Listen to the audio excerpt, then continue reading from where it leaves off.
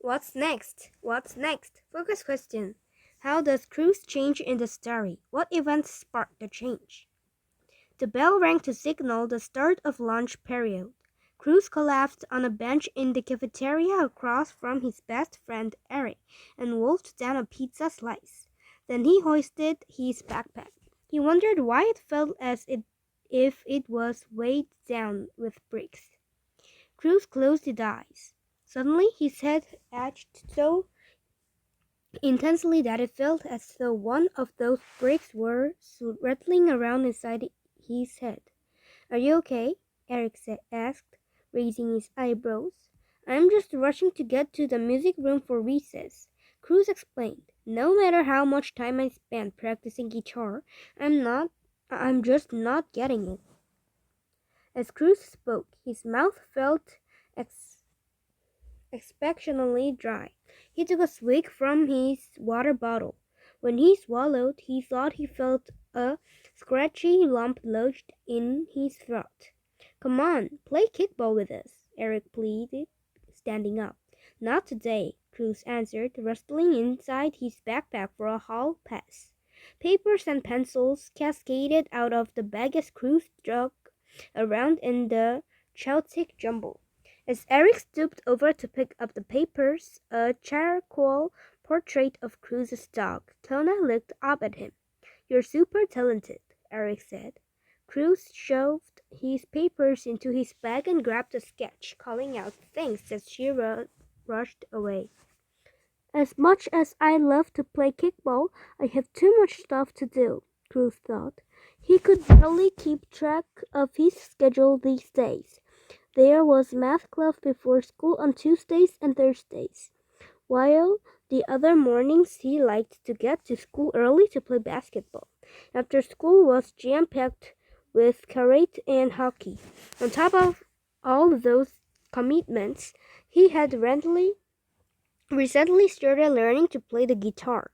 On weekends, he was enrolled in an art class at the rec center, and he often volunteered with his mom at the food bank.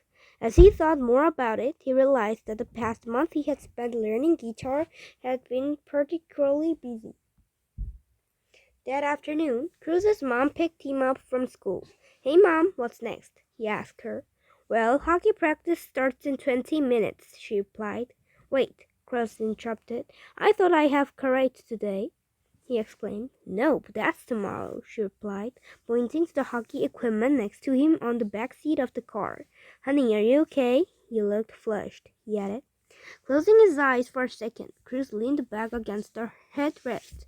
His throat felt even scratchier than before. "I'm fine," Cruz lied. He didn't want to confuse that he didn't feel well and risk missing hockey. A big game was coming up and he needed to practice with his team. The next morning, Cruz could barely move. His throat hurt so bad that he couldn't swallow. His whole body ached. His mom insisted that he stay home from school.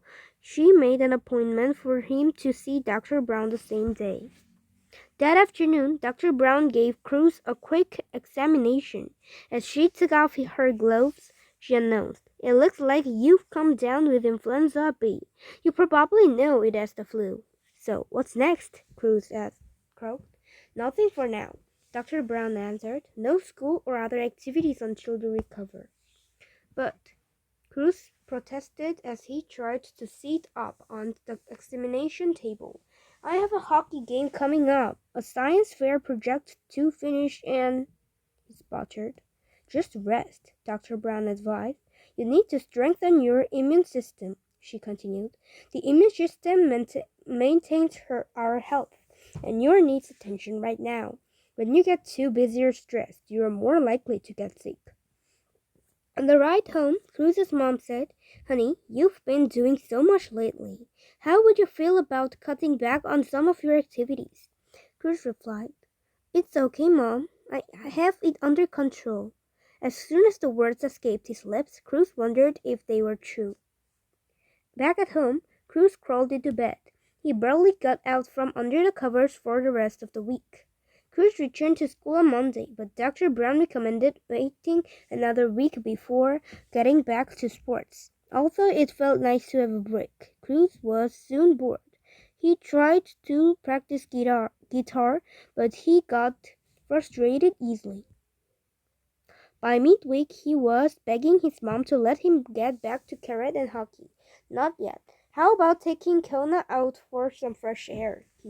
She suggested. Okay, Cruz grumbled. Along the wooded trail behind the house, Kona stopped to sniff everything. Cruz gently yanked this along. Come on, girl, he coaxed. Then Cruz remembered. He didn't have anywhere to go or anything to do. He unclipped Kona's leash and sat down on a tree stump.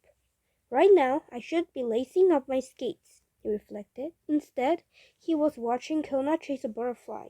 She looked so silly with her big ears flopping around like a puppy's. Cruz couldn't help but laugh. At that moment, movement in the soil by Cruz's feet caught his attention. He peered closer to find a snail inching along. Cool, he murmured. Cruz began wandering around the woods with Kona. He soon discovered a patch of small mushrooms. He figured that he'd better not touch them, as they could be poisonous. He knelt down to investigate their striking colors and odd shapes. After that seemed like no time at all, Cruz noticed that it was getting dark. He rushed home for dinner, delighting in the crunching sounds of leaves made beneath his feet and Kona's paws. The next day after school, Cruz packed his pencils and sketchbook in his backpack and returned to the woods with Kona. He found a bird's nest and worked on a sketch of 3 speckled eyes for more than an hour. Every day after school that week, Cruz sought out something fascinating to sketch in the woods. Soon illustrations of rotting trees and camouflage insects filled the pages of his sketchbook. Before long, Cruz was well enough to return to his activities. At first, it felt good for things to be back to normal. His guitar playing was slowly improving, and he even turned out some of the sketches he'd made in the woods into paintings in his art class. Soon, however, he realized that he missed the time he had spent wandering in the woods. Cruz wasn't sure how to tell his mom how he felt. One night over dinner, Cruz finally cracked. He sputtered, Mom, I don't think I want to play guitar anymore. I just can't find enough time to practice. I feel like a quitter, though, and I don't like that. His mom set down her fork. Oh, Cruz, you won't disappoint me if you stop playing guitar. Guitar, she assured him. It's totally okay to take a step back. There's no reason that you should feel stressed and pressured by your activities. Remember, you signed up for those commitments because you wanted to do them.